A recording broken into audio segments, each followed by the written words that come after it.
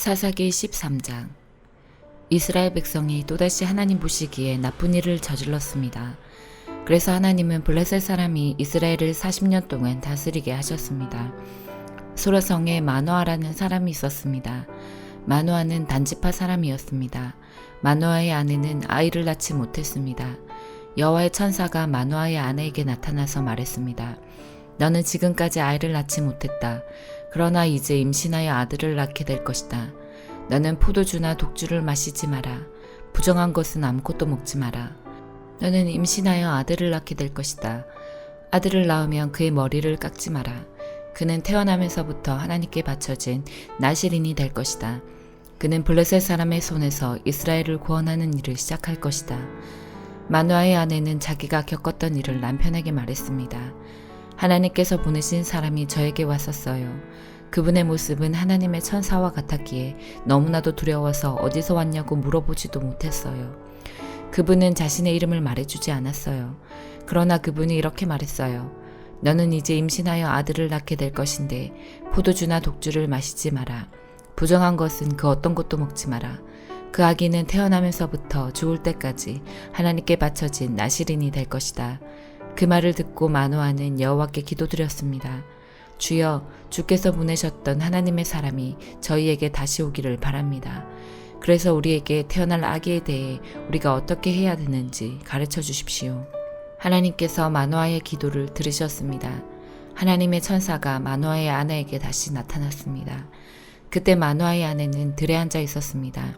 마노아는 거기에 없었습니다. 그래서 마노아의 아내는 남편에게 달려가서 말했습니다. 그 사람이 왔어요. 전에 저에게 나타났던 사람이 지금 왔어요. 마노아는 일어나서 자기 아내를 따라갔습니다. 마노아는 하나님의 천사에게 다가가 물었습니다. 당신이 제 아내에게 말씀하셨던 그분입니까? 그 사람이 대답했습니다. 그렇다. 마노아가 또 물었습니다. 당신이 말씀하신 일이 일어나면 태어날 아기는 어떻게 살아가야 합니까?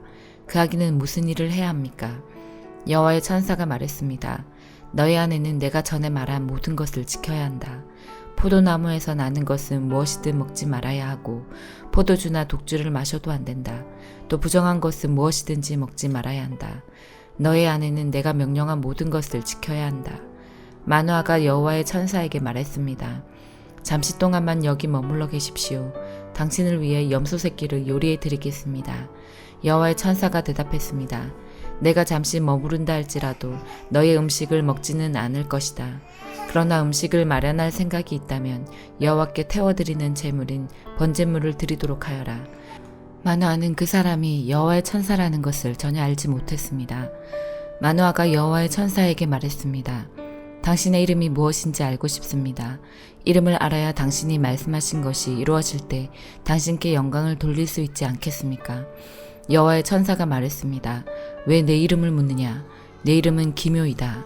그 후에 마노아는 한 바위 위에서 염소 새끼와 곡식을 여호와께 제물로 바쳤습니다. 그때 여호와께서 놀라운 일을 하셨는데 마노아와 그의 아내는 그것을 지켜보았습니다. 불꽃이 제단에서부터 하늘로 치솟았습니다. 불이 타고 있을 때 여호와의 천사가 그 불을 타고 하늘로 올라갔습니다. 마노아와 그의 아내는 그 모습을 보고 얼굴을 땅에 대고 엎드렸습니다. 마노아와 그의 아내에게 여호와의 천사가 다시는 나타나지 않았습니다. 마노아는 그때서야 비로소 그 사람이 여호와의 천사라는 것을 알았습니다. 마노아가 말했습니다. 우리가 하나님을 보았다. 그러니 우리는 이제 죽을 것이다. 그러나 마노아의 아내가 자기 남편에게 말했습니다. 여호와께서는 우리를 죽이지 않으실 거예요. 우리를 죽이실 생각이었다면 우리의 번제물이나 곡식제물도 받지 않으셨을 거예요.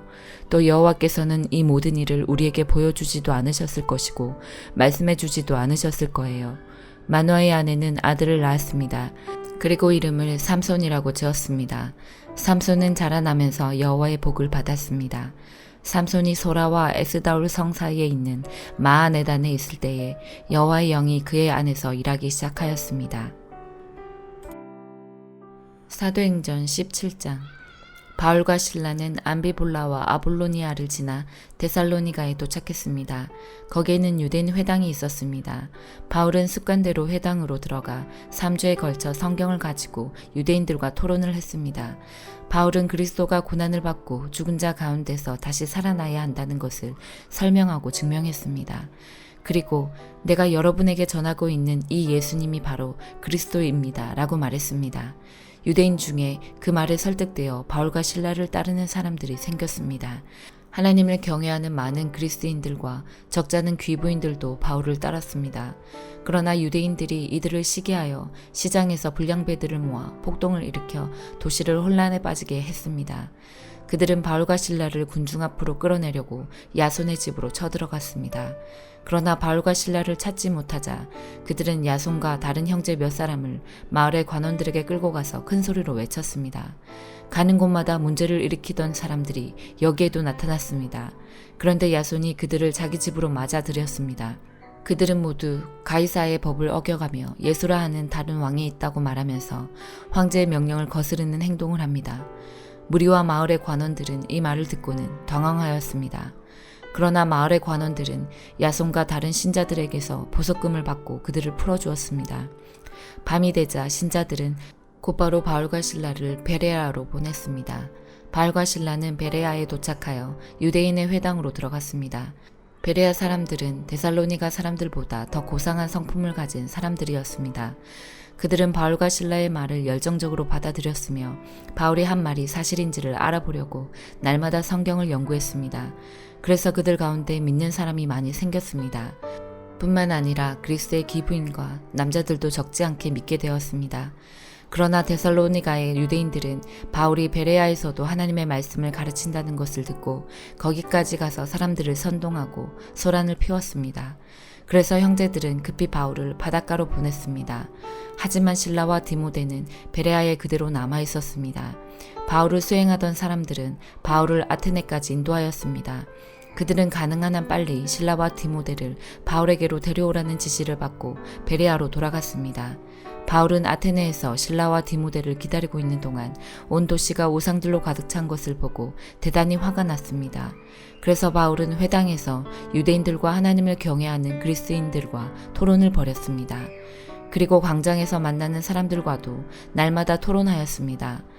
어떤 에피쿠로스 철학자들과 스토아 철학자들이 바울과 논쟁을 하게 되었습니다. 그들 중에 어떤 사람은 이 수다쟁이가 무슨 말을 하려고 하는가 라고 말하기도 하였고, 또 어떤 사람은 그가 외국의 다른 신들에 관해서 말하는 것 같다고 말하기도 하였습니다. 이 사람들이 이렇게 말한 것은 바울이 그들에게 예수님과 부활에 관한 복음을 전했기 때문입니다. 그들이 바울을 붙잡아 아레오바고에 있는 시위회로 데려가서 바울에게 이렇게 물었습니다. 당신이 전하고 있는 이 새로운 가르침이 무엇인지 우리가 알아듣기 쉽게 설명해 줄 수 있겠소? 당신이 하는 말은 우리에게 무척 낯설고 새로운 것이오. 대체 그것이 무엇인지 알고 싶소. 아테네 사람과 그곳에 사는 외국 사람들은 새로운 것이라며 무엇이든지 말하거나 듣는 것으로 시간을 보내는 사람들이었습니다. 바울이 아레오바고 시위 앞에 서서 말했습니다. 아테네 시민 여러분, 내가 보기에 여러분은 모든 면에서 종교심이 강한 사람들입니다. 내가 이곳저곳을 돌아다니면서 여러분이 섬기는 것들을 자세히 살펴보았는데 그 중에서 알지 못하는 신에게라는 글을 새긴 제단도 보았습니다. 그러므로 여러분이 알지도 못하고 섬기는 그 신에 대해 여러분에게 알려드리겠습니다. 그분은 온 세상과 그 안에 있는 모든 것을 창조하신 하나님으로서 하늘과 땅의 주님이시며 사람이 지은 신전에서 살지 않으십니다. 또한 이 하나님께서는 모든 사람에게 생명과 호흡과 모든 것을 주시는 분이시기 때문에 무엇인가 부족한 것이 있어서 사람의 손으로 섬겨야 하는 분이 아닙니다. 하나님께서는 한 사람으로부터 세계 모든 인류를 만들어 땅에 살게 하셨습니다. 그리고 그들이 살 시대와 지역의 경계를 정해주셨습니다. 이렇게 하신 것은 사람들이 하나님을 찾기를 바라시기 때문입니다. 사람들은 하나님을 더듬어 찾기만 하면 찾을 수 있습니다. 사실 하나님께서는 우리 각 사람에게서 멀리 떨어져 계시지 않습니다. 우리는 하나님 안에서 살고 있고 하나님 안에서 움직이며 존재하고 있습니다. 시인 가운데 우리는 그분의 자녀입니다라고 말하는 사람도 있지 않습니까? 우리는 하나님의 자녀이므로 하나님 자신을 사람의 생각으로나 손으로 만들어낼 수 있는 금이나 은이나 돌 같은 우상으로 생각해서는 안 됩니다. 사람들이 하나님을 알지 못했던 시대에는 하나님께서 눈 감아 주셨지만 이제는 어디서나 온 세상 사람들에게 회개하라고 명령하십니다. 하나님께서는 자기가 정하신 한 사람을 시켜 온 세상을 의롭게 심판하실 날을 정하셨습니다. 하나님께서는 그를 죽은 자들 가운데서 살리심으로 모든 이에게 그 증거를 보이셨습니다. 부활에 관한 이야기를 듣고 비웃는 사람들도 있었지만 이 내용에 관해 나중에 더 듣고 싶다라고 말하는 사람들도 있었습니다. 그리고는 바울은 그들을 떠나갔습니다. 그때 바울이 전한 말을 믿고 바울을 따르게 된 사람이 몇 사람 있었습니다. 그렇게 믿게 된 사람들 중에는 아레오바고 시의회의 의원인 디오누시오와 다말이라는 여자와 그 밖에 몇 사람이 더 있었습니다. 예레미야 26장. 이것은 요시아의 아들 여호야김이 유다 왕이 된 첫 해에 여호와께서 주신 말씀입니다. 여호와께서 이렇게 말씀하셨다. 예레미야야, 여호와의 성전뜰에 서서 그곳으로 경배하러 오는 유다의 모든 백성들에게 내가 너를 명하여 전하라고 한 모든 말을 하나도 빠짐없이 전하여라. 혹시 그들이 그 말을 듣고 자기의 악한 길에서 돌이킬지도 모른다. 만약 그들이 돌이킨다면 그들의 악한 짓 때문에 재앙을 내리려 한 나의 생각을 바꾸겠다. 너는 그들에게 이렇게 전하여라. 여호와께서 이렇게 말씀하셨다. 내가 너희에게 준 가르침을 너희는 지키고 그대로 따라야 한다. 너희는 내가 거듭해서 보낸 내 종 예언자들의 말에 귀 기울여야 한다. 그러나 너희는 그들의 말을 듣지 않았다. 너희가 내 말에 순종하지 않으면 내가 이 성전을 실로에 있던 성막처럼 무너뜨리겠다. 예루살렘은 세계 모든 백성의 저주거리가 되게 하겠다. 제사장들과 예언자들과 모든 백성들은 예레미야가 여호와의 성전에서 전한 이 말을 다 들었습니다. 여호와께서 모든 백성에게 전하라고 명하신 모든 말씀을 예레미야가 전하자 제사장들과 예언자들과 모든 백성이 예레미야를 붙잡고 너를 죽이고 말겠다. 네가 어찌 감히 여호와의 이름으로 그런 예언을 하느냐. 어찌 감히 이 성전이 실로의 성막처럼 무너질 것이라고 말하느냐. 어찌 감히 예루살렘이 아무도 살지 못할 황무지가 될 것이라고 말하느냐 하고 외치면서 예레미야에게 몰려들었습니다. 유다의 지도자들이 이 소식을 듣고 왕궁에서 나와 여호와의 성전으로 올라갔습니다. 그들은 여호와의 세문 입구에 자리를 잡고 앉았습니다. 제사장들과 예언자들이 유다의 지도자들과 모든 백성들을 향해 말했습니다. 예레미야는 죽어야 합니다. 여러분도 여러분의 귀로 직접 들었듯이 예레미야는 예루살렘에 대해 좋지 않은 예언을 하였습니다. 그러자 예레미야가 유다의 모든 지도자들과 모든 백성들을 향해 말했습니다. 여호와께서 나를 보내셔서 이 성전과 이 성에 대해 이 말을 예언하라고 하셨소. 여러분이 들은 것은 다 여호와께서 주신 말씀이요. 이제 여러분의 생활을 바꿔 올바른 일을 하도록 하시오. 여러분의 하나님 여호와께 순종해야 하오. 그러면 여호와께서도 마음을 바꾸셔서 여러분에게 내리려 하셨던 재앙을 거둬들이실 것이요. 보시오, 나는 여러분 손 안에 있으니 여러분 마음대로 하시오. 그러나 나를 죽이더라도 이것만은 분명히 알아주시오. 나를 죽이면 여러분은 죄 없는 사람을 죽이는 것이 되어 여러분뿐만 아니라 이 성과 이 성에 사는 모든 사람들도 그 죄에서 벗어날 수 없소. 그것은 나를 여러분에게 보내신 분은 정말로 여호와시고 여러분이 들은 이 말씀도 여호와께서 주신 말씀이기 때문이요. 유다의 지도자들과 모든 백성이 제사장들과 예언자들에게 말했습니다. 예레미야를 죽여서는 안 됩니다. 예레미야가 우리에게 한 말은 우리 하나님 여호와께서 주신 말씀입니다. 그러자 그 땅의 장로들 가운데서 몇 사람이 일어나 거기 모인 모든 백성에게 말했습니다. 히스기야가 유다 왕으로 있을 때에 모레셋 사람 예언자 마가가 모든 유다 백성을 향해 이렇게 말한 적이 있습니다. 만군의 여호와께서 이렇게 말씀하셨다. 시온은 밭을 갈듯 뒤집힐 것이며 예루살렘은 폐허더미로 바뀔 것이다. 성전 언덕은 숲을만 무성하게 될 것이다. 유다 왕 히스기야는 미가를 죽이지 않았습니다. 유다의 그 어떤 백성도 미가를 죽이지 않았습니다. 도리어 히스기야는 여호와를 두려워하며 그분을 기쁘게 해드렸습니다. 그래서 여호와께서도 생각을 바꾸시고 유다에 내리려 하셨던 재앙을 내리지 않으셨습니다. 만약 우리가 예레미야를 해치는 무서운 악을 행한다면 우리 스스로 무서운 재앙을 불러들이는 것이 됩니다. 그 무렵에 여호와의 이름으로 예언한 사람이 또 한 명 있었습니다. 그는 기럇 여아림 사람 스마야의 아들 우리야였습니다. 그는 이 성과 땅을 향해 예레미야와 똑같은 말씀을 전했습니다. 우리아의 말을 들은 여호야김 왕과 그의 모든 군대 장교들과 유다의 모든 신하들은 우리아를 죽이려 했습니다. 우리아는 그 소식을 듣고 무서워서 이집트로 도망갔습니다. 그러나 여호야김 왕은 악볼의 아들 엘라단을 비롯해 몇 사람을 이집트로 보냈습니다. 그들은 이집트에서 우리아를 붙잡아 여호야김 왕에게 데려왔습니다. 여호야김은 우리아를 칼로 쳐 죽이라고 명령했습니다. 그들은 우리아를 죽여 그 시체를 보통 사람들의 무덤에 내던졌습니다. 사반의 아들 아히감이 예레미야를 도와주었습니다. 아히감은 사람들이 예레미야를 죽이려는 것을 막아주었습니다. 마가복음 12장. 예수님께서는 비유로 사람들에게 말씀하기 시작하셨습니다. 어떤 사람이 포도밭을 가꾸었다. 그리고 주위에 담장을 치고 포도즙을 짤 구덩이를 파고 망대를 세웠다. 그리고 포도밭을 농부들에게 빌려주고 여행을 떠났다. 때가 되자 주인은 농부들에게 종을 보내어 포도밭에서 난 자기 몫의 수확물을 가져오게 했다. 그러나 농부들은 그 종을 붙잡아 때린 후 빈손으로 쫓아버렸다. 다시 주인은 다른 종을 그들에게 보냈다. 그러자 그들은 그의 머리를 때리고 깔보고 업신여겼다. 다시 주인은 다른 종을 보냈다. 그러자 그들은 그 하인을 죽였다. 다른 많은 종들을 보냈지만 농부들은 때리기도 하고 죽이기도 하였다. 주인에게는 한 사람이 더 있었는데 바로 그의 사랑하는 아들이었다. 결국 주인은 아들을 농부들에게 보내면서 말했다. 농부들이 내 아들은 존중할 것이다. 그러나 농부들은 서로 말했다. 이 사람은 주인의 상속자이다. 어서 그를 죽이자. 그러면 유산이 우리의 것이 될 것이다. 농부들은 아들을 잡아다 죽인 후 포도밭 밖으로 던져버렸다. 포도밭의 주인이 이제 어떻게 하겠느냐.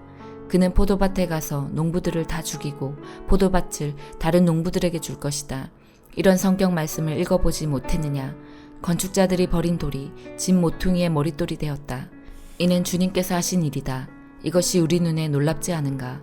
그들은 이 비유가 자기들을 빗대어 하신 것임을 알고 예수님을 체포하길 원했습니다. 그러나 백성들을 두려워하여 예수님을 두고 떠나가 버렸습니다. 그들은 예수님의 말씀에서 트집을 잡으려고 바리새파 사람과 헤롯 당원 몇 명을 예수님께 보냈습니다. 그들이 와서 말했습니다. 선생님, 우리는 선생님께서 진실한 분이시며 아무에게도 얽매이지 않으신다고 알고 있습니다. 선생님께서는 아무도 부당하게 대하지 않으시고 하나님의 길을 진리로 가르치십니다. 가이사에게 세금을 내는 것이 옳습니까? 내지 않는 것이 옳습니까? 세금을 내야 합니까? 내지 말아야 합니까? 예수님께서는 이 사람들의 속셈을 아시고 말씀하셨습니다. 어째서 나를 시험하느냐? 데나리온 한 개를 가져와서 나에게 보여라. 그들이 은전 한 개를 가져왔습니다. 예수님께서 물으셨습니다. 이것은 누구의 얼굴이며 누구라고 씌어 있느냐? 그들이 대답했습니다. 가이사입니다. 예수님께서 그들에게 말씀하셨습니다. 가이사의 것은 가이사에게 주어라. 그리고 하나님의 것은 하나님께 바쳐라. 그들은 예수님의 말씀에 놀랐습니다. 부활이 없다고 주장하는 사두개파 사람 몇 명이 예수님께 왔습니다. 그리고 예수님께 질문을 했습니다. 선생님, 모세는 형이 자식이 없이 아내만 남겨두고 죽으면 동생이 그 형수와 결혼하고 형을 위하여 자식을 길러라 하고 기록했습니다. 7 형제가 있었는데 맏형이 결혼하고 자식이 없어 죽었습니다. 그래서 둘째가 형수와 결혼을 했는데 역시 자식이 없이 죽었습니다. 셋째도 마찬가지였습니다. 7 형제 모두가 자식을 남기지 못했습니다. 나중에 여자도 죽었습니다. 그러면 다시 살아날 때 그 여자는 그들 중에 누구의 아내가 되겠습니까? 7 형제가 모두 그를 아내로 맞이했으니 말입니다. 예수님께서 대답하셨습니다. 너희가 성경도 모르고 하나님의 능력도 몰라서 잘못 생각하는 것이 아니냐. 사람들이 죽은 사람들 중에서 다시 살아날 때에는 장가도 가지 않고 시집도 가지 않는다. 그들은 마치 하늘에 있는 천사처럼 될 것이다. 죽은 사람이 다시 살아나는 것에 대해서는 모세의 책에 기록된 떨기나무 대목에서 하나님께서 모세에게 어떻게 말씀하셨는지를 읽어보지 못했느냐. 하나님께서 모세에게 나는 아브라함의 하나님, 이삭의 하나님, 그리고 야곱의 하나님이다 라고 말씀하시지 않았느냐. 하나님께서는 죽은 사람들의 하나님이 아니라 살아있는 사람들의 하나님이다. 너희가 크게 잘못 생각하고 있다. 율법학자 가운데 한 사람이 다가와서 논쟁하는 것을 들었습니다. 예수님께서 사두개파 사람들에게 잘 대답하시는 것을 보고 그가 물었습니다. 모든 계명 중에 어떤 것이 가장 중요합니까? 예수님께서 대답하셨습니다. 가장 중요한 계명은 이것이다. 이스라엘아 들어라. 주 우리 하나님은 한 분이시다. 네 모든 마음과 모든 영혼과 모든 뜻과 모든 힘을 다하여 주 너희 하나님을 사랑하여라. 두 번째로 중요한 계명은 이것이다. 네 이웃을 네 몸과 같이 사랑하여라. 이 계명들보다 더 중요한 계명은 없다. 율법학자가 예수님께 말했습니다. 옳습니다, 선생님. 하나님께서는 한 분이시고 그 외에는 다른 신이 없습니다. 모든 마음과 모든 지식과 모든 힘을 다하여 하나님을 사랑하고 이웃을 자기 자신처럼 사랑하는 것이 다른 모든 번제물이나 희생제물보다 더 중요합니다. 예수님께서는 이 사람이 지혜롭게 대답하는 것을 보시고 말씀하셨습니다. 너는 하나님 나라에 가깝구나. 그 뒤로는 아무도 감히 예수님께 더 묻지 않았습니다. 예수님께서 성전에서 가르치고 계실 때 이렇게 물으셨습니다. 어째서 율법학자들은 그리스도가 다윗의 자손이라고 말하느냐? 다윗 자신은 성령으로 이렇게 말하였다. 여호와께서 내 주님에게 말씀하셨다. 내가 네 원수들을 네 발 아래 굴복시킬 때까지 내 오른쪽에 앉아 있어라. 다윗 자신도 그리스도를 주님이라고 부른다. 그런데 어떻게 그리스도가 다윗의 자손이 되겠느냐? 많은 무리가 예수님의 말씀을 기쁘게 들었습니다. 예수님께서 가르치시면서 말씀하셨습니다. 율법학자들을 주의하여라. 이들은 긴 옷을 입고 걸어다니기를 좋아하고 장터에서 인사받기를 좋아한다. 이들은 회당에서 높은 자리를 좋아하고 잔치에서도 윗자리를 좋아한다. 이들은 과부의 집을 삼키며 사람들에게 보이기 위해 길게 기도한다. 이런 사람들은 더 큰 심판을 받을 것이다. 예수님께서 헌금함 맞은편에 앉으셔서 사람들이 어떻게 헌금하는가를 보셨습니다. 여러 명의 부자들이 많은 돈을 헌금했습니다. 가난한 과부가 와서 렙돈 동전 2개, 즉 한 고드란트를 넣었습니다. 예수님께서 제자들을 부르신 후 말씀하셨습니다. 내가 너희에게 진정으로 말한다. 이 가난한 과부가 헌금함에 돈을 넣은 다른 모든 사람들보다 더 많이 헌금을 하였다. 다른 모든 사람들은 넉넉한 중에서 헌금을 하였지만 과부는 가지고 있던 모든 것, 즉 생활에 필요한 돈 전부를 바쳤다. 아멘.